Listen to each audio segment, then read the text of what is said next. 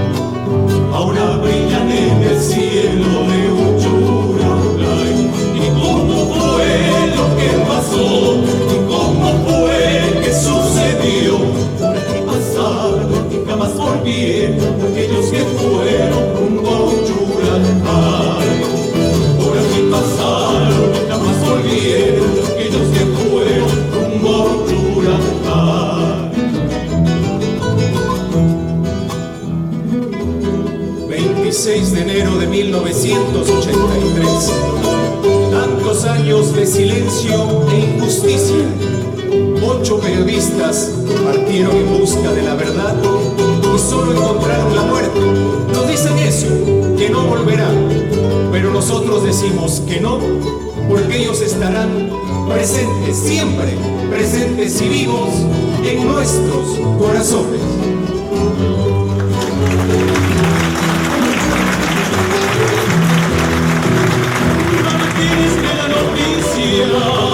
Que por busca de la verdad solo encontraron la muerte en un Yuracay. Mártires de la noticia que por buscar la verdad solo encontraron la muerte en un Yuracay. La libertad no se mata con cuchillos ni puñal, ni con balas ni machetes en un Yuracay. La libertad no se mata con cuchillos ni puñal, ni con balas ni machetes en un